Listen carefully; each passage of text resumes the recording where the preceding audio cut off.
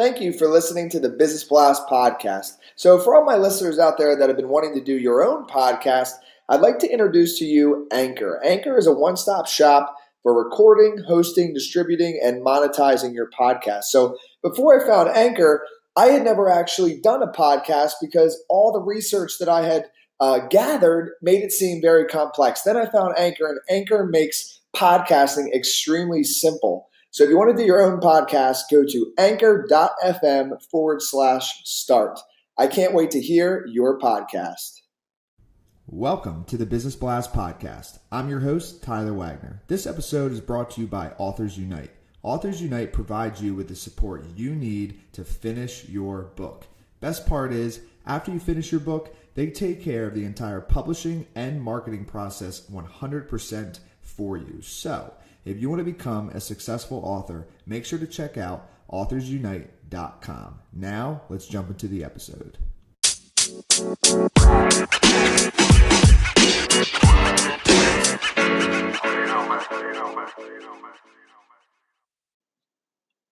All right, everyone. Welcome back to another episode of the Business Blast podcast. I'm your host, Tyler Wagner.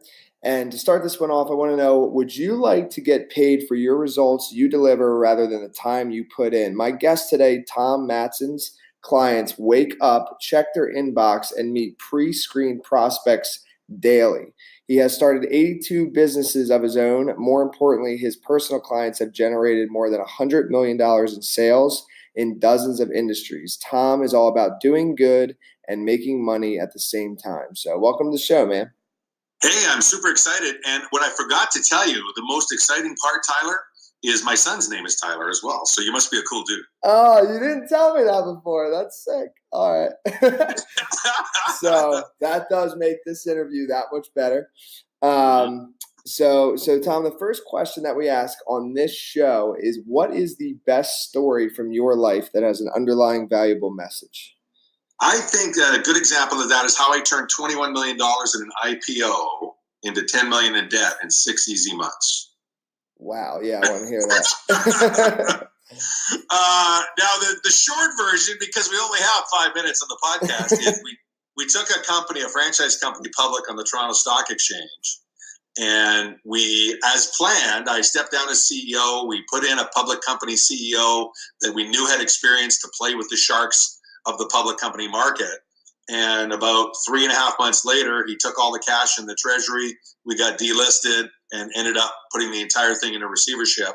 And on paper, I went from 21 million in worth, my piece of the shares, to some 10 million in debt in less than 6 months. And so the big advice was, there's a book out there called The Strategy of a Dolphin. I don't know if you read it, but it's really cool. And it basically says people are either sharks, dolphin, or carp.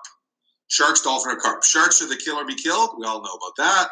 Dolphins are the team player. It's all about the pod. It's about having fun. And carp are those friends of ours that are always getting eaten by the sharks. Every time you talk to them, another shark has gobbled them up. Mm-hmm. So the big lesson is make sure you play with your kind. I'm not saying like everyone should play with dolphins, but if you're a dolphin, you should play with other dolphins because the shark's job is to eat you. That's their job. That's their job. And so when they eat you, who's the fool? You played with the shark. And that was a very, very expensive lesson, Tyler. Yeah, that sounds pretty expensive. Well, thank you for sharing that. So now, you're a book guy. How about that as a subtitle? How I turned 21 million in IPO into 10 million in debt in 6 easy months. Subtitle? I actually love it. Well, because what's interesting is like when it starts out, like when you first said that, you think it's going to sound like a gain, and then it like throws you off because you're like, oh, I went from 20 million to 10 million in debt. And I was like, oh, I thought you were going to say like 20 million to 100 million or something. And then it was 10 million in debt. And I was like, okay, I got to hear this story. What happened here? Yeah. Well, the normal version of my bio always includes how I made and lost millions over the years multiple times. And this was certainly one of the more dramatic ones of those. Yeah, man, that's wild. So it perfectly leads into our next one. So what is the most valuable piece of information we should know that's within your expertise or industry? Yeah, I thought about this thanks to your pre-show notes. And I would actually say that the single most valuable information, because I'm in the business of helping authority entrepreneurs share their wisdom with the world. And in that context, starting your first sale with a high ticket, high margin program, as opposed to what is conventionally taught as a funnel, tripwire, free item, or whatever, nice and low, and then up to $297, then $497, then $997, and $2,000, and work your way up. Not all, the vast majority of the big players out there, I've had a chance to share the stage with many of them, get to know them behind the scenes. They make their money off of high ticket, high margin programs. They don't make it off their $2,000 launches. They make it off their high ticket, high margin programs. They teach start small, work your way up, but that's not how they made their money. And so what I've now learned, and this took me years and millions of dollars of testing, is it's so much easier to start with high ticket, high margin as your first purchase. You've got the cash flow, you can do it right, you can hire a team, you can have other people collaborating on it, and you can make money as you grow, or what the tech guys call bootstrapping. Right? Bootstrapping is where you self-fund your growth. Startups are supposed to be a temporary phase, not supposed to be a permanent condition. Yeah. That was so big lesson I learned. It's another story. But so for me, it's start with, if you're selling your wisdom and knowledge, find a way to package it up so that you start with it in a high ticket, high margin way. Mm-hmm. I could not agree more. And then it could tie in, but what's your best piece of overall business advice? So not necessarily industry specific. Yeah, it totally ties in because it applies all over the place, but it also applies to the programs. The only way someone new or relatively new can do that is they need to focus on outcomes. They need to focus on outcomes. And I was thinking about this in advance of your questions. When you focus on outcomes, you can guarantee results. When you focus on outcomes, you're talking deliverables that matter. So if you're building websites for someone, that's not an outcome. Website is not an outcome. Website is a tool to generate something that leads to an outcome. Maybe it's a lead generation tool, maybe it's a lead conversion tool, right? There's different purposes for websites, but that websites are not an outcome. The outcome is a new client, or the outcome is new sales, or the outcome is 1,000 people on your list. And that's even not an outcome. Don't be fooled by that. That's actually the path to another outcome. So if you focus on outcomes, and that's either in the business world, make money, save money, stay out of jail, or better life. Those are the four big ones. Mm-hmm. Then you can create something that people actually want because you're talking their language. You're not talking a process or a tactic, right? Like you're in the book space, right? People don't want a book. They want what a book will get them, right? The authority, the positioning, the main stage, and maybe even selling a high ticket, high margin program, right? That's what the book can deliver for them. They don't want the book. They think they want the book, but they don't want the book. They want what the book gets them. Yeah, no, I agree. I always tell all my clients that too, that like when you're putting together like your packages, if you will, it always should be results based. That's what I always say, and ultimately that makes it easier too to scale, because like what you see, so you'll see all these packages out there on the market that are just like all like buffed up. And what I mean by that is they have all these things that don't, like, it could be a list of like 30 things because they want the perceived, they want the perceived value of it to look good, but it's all things that don't actually produce results. So like what you should really do is try to, and that's fine if you started out that way, like it happens to a lot of people, but you should like go back in and look at your package and actually X out everything that is not result based, because what you'll realize is that the people that are your potential clients or your real clients, they don't even care about how much you're doing. They just care about what the result is. And that's a solution, right? Yeah, solution. They're paying you to bring order from chaos. Yeah, and I think that's the biggest confusion is a lot of people, what they try to portray is they want the person that's paying them to think that they're doing all this work. And at the end of the day, I don't care how much work the person's doing, honestly. Like I just want to know that if I give them this money, that this is the result that I'm going to get. And if it only takes them 1 minute because they've mastered it in such an amazing way that they can do it in 1 minute, then that's fine. Like, I don't Absolutely. In fact, the longer you're in business, the more you appreciate that. care. Yeah. I'm like, okay, this person's definitely legit. Like, that's crazy. So yeah, no, I think that I'm glad that we, kind of dissected that more. So next one I got for you is, if you could give your younger self one piece of advice, what would that be? Oh, this is really cool. I haven't asked that question about the younger self part in a long time, and I loved it. And it had me thinking about, because my answers changed over the years. Now, my advice would be nobody reaches their goals. So don't set a goal you want to reach. Instead, follow a friend of mine who's one of the top business coaches in the world, in my opinion, Anurag Gupta from the Difference Engine. He takes companies that do 10 million a year, Tyler, and gets them to $1 billion a year.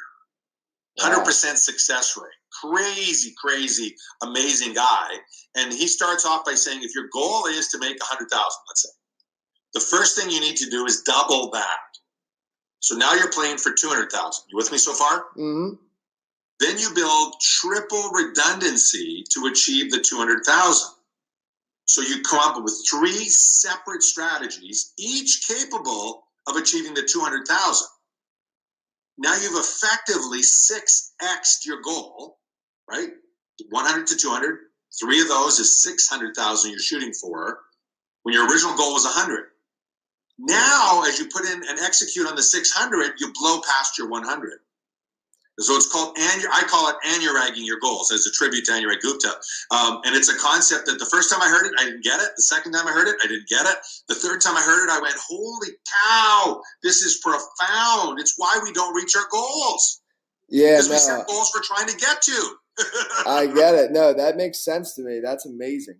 Well, it's like a different mindset about it. And really, a lot of times that's all it comes down to. Because once you set it up in that way, like, even if you don't hit the 600, like, you're going to definitely hit over 100. Like, the key is you got to do it for real. Like, you got to play it for real. Each of them have to be $200,000. Work it out. Get your best planning in place. And then you're absolutely right. Yeah. 1/6 is like 18% of your goal or so. Yeah. Right? We can do 18% of our goal. We can do that. So then, kind of going a little bit down a different path here. In your opinion, what is the key to happiness? So for entrepreneurs, it's one thing, in my experience: momentum. Momentum. When we have too much pressure and noise, we get stuck. So for entrepreneurs, going forward gives us momentum. Going backwards gives us momentum. Oh yeah, I'm going to overcome that, right? But we hate being stuck. We hate being stuck. And so if you're an entrepreneur, focus your entire world on how do you create and sustain momentum, and you will be happy. You will be inspired. For outside entrepreneurs, I was thinking about this. If you think of just the general world everywhere all the time, I learned this from a race car friend of mine early on. Life is a journey, not a destination. If you're always playing for the finish line and that's the only thing that gives you joy, your life is going to be filled with vast periods of non-satisfaction and brief moments of joy, even if you're one of the best race car drivers in the world. Same goes for any profession. Same goes for the normal journey of life. So focus on life being a journey, not a destination. Now, frankly, if I knew how you could do that, I would probably be a life coach, but I'm not. So don't ask me how, Tyler. I just know that it's really important to have that attitude. Yeah. And then what is the best book that you've read, and what was the number one thing you learned from that? I used to be an E-Myth mastery coach with Michael Gerber. So the E-Myth Revisited, I think is still a classic book for entrepreneurs. His philosophy was we need to spend more time working on our business and not in it, so that we can create a business that works with or without us. It's the difference that separates entrepreneurs from small business owners. It's the difference that separates 7-figure solopreneurs from 6-figure solopreneurs. And it's the difference that separates 8- and 9-figure businesses from 7-figure startups. Creating systems, creating processes, some of them sound boring, but the more you can do it, the more your business works with or without you. And that's really what it's about, right? Then you have a business that serves you. And so, yeah, to me, I think the E-Myth Revisited, people that know it love it, and people that don't go, what? Who's that? Never heard of it. Nope, I know it very well. I believe it. Yeah. And then what is your favorite quote and why? Old business coach of mine, Jay Abraham, he always said, if you have something of value, you have a moral obligation to serve as many people as you can. So it's way more about than the money. It's about serving others, right? If you've got something of value, if you've learned something unique or different or powerful, you have a moral obligation, in his opinion and mine, to serve as many people as you can. You need to learn how to do that.